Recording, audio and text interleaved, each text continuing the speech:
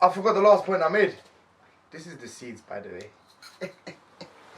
I forgot to show. I don't know if you can see. How do you focus this thing? You did it last time. Put your hands in front of it. How? I can't put my hand in front of a whole Like jar. this. Wait. Let me show you. Look.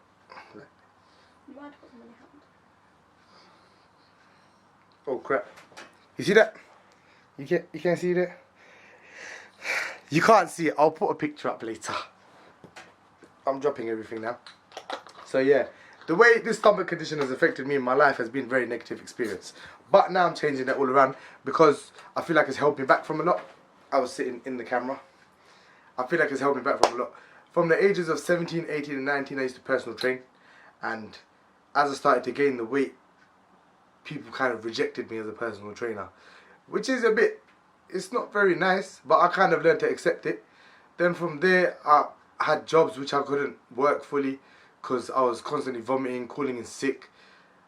School as well, school was affected by it because I couldn't go in some days, and I feel like at that time, people didn't think I was attention seeking, but no one understood the severity of it. So when I went to the doctors and I got diagnosed with my stomach condition, I went through multiple x-rays and endoscopy. So when they stuff a camera down your throat, which is not very comfy because you feel like you're flipping, it's a mazzoline. Yeah. Try shoving a camera down your throat and then they take it down to your stomach and then they're like, oh, this is going to hurt a little bit. And then they start taking samples of your stomach with a flipping metal rod and you're like, ah, and they're going pop, pop, pop, pop in your stomach. And then they're like, oh, be sore for a few days. And you go home and you're like, oh my days, I feel like my stomach's ripped apart. Yeah, it's not the greatest feeling. People that have, there's people out there with so much worse conditions than me. So I'm not trying to take anything away from you. I'm just saying these are my experiences. It's not something that should hold you back in life. You should find a way to tackle them. Now this is where I get, how am I going to tackle it? So I have cut out a lot of the bad habits from my life.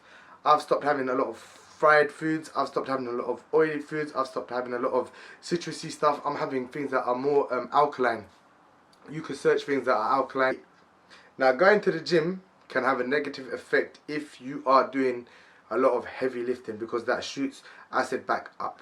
Anything that causes pressure on your abdomen, anything that causes strain around your midsection is going to make the symptoms of GERD a little bit worse. So I have to take a different approach to my training.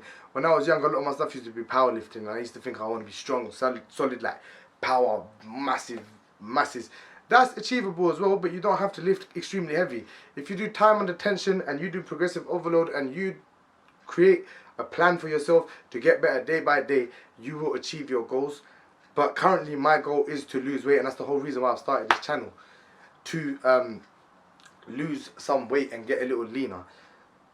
The reason why doctors say or people say to lose weight with this condition is because the pressure that you hold on your midsection, not the pressure, the weight that you hold on your midsection causes pressure on your stomach. And when you have pressure on your stomach, it's pushing down.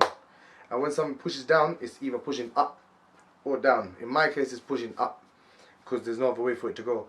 Now, sometimes what happens when I eat, because of the hiatal hernia and the GERD, the food will sit on top and it causes me to bloat. I'll try and find some pictures which I can share with you lot on my Instagram or either here. The bloating gets really, really bad and it's uncomfortable. You can't sleep and then you feel like you don't want to eat and that worsens the symptoms and you vomit more. So I've actually had, for the last 4 years I started vomiting blood, and I remember the first time it happened I didn't tell anyone. I got really scared, so I researched it straight away, and then I saw it is a symptom that can come with gastroesophageal reflux disease. So I thought, you know what, leave it. But then as it got worse and worse and I started noticing it went from spotting of blood to more blood, I had to tell someone. So I told my mum, I was like, oh, listen, this is this, innit? So we went to the doctors again, and then they say the same thing. They say control it with your medication. Now I take a few types, I was taking a few types of medication, but I've reduced it all now because I personally believe that if you make your body reliant on medication, then you can only survive with that.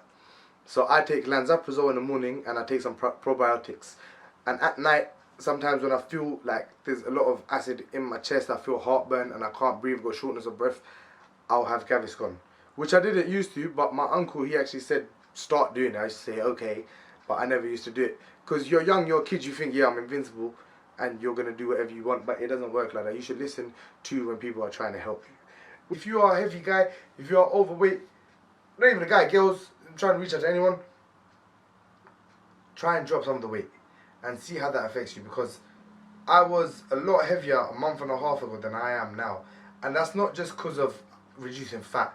That's water weight and bloating that has gone down as well. Now these things affect you that you don't even realize. When you cut out things like fizzy drinks and you drink more water, your body will sweat out a lot more crap. So yeah, gym does help. It has negatives and it has positives. It's just how you use it for yourself. Now, a bodybuilder is going to go into the gym and do a moderate weight but increase their repetitions because they want time and attention. They want their muscle to grow. A powerlifter will go in and they will now lift up. Their main things are not strongman but powerlifting. You got deadlift, squat, bench. You got deadlift, squat, and bench.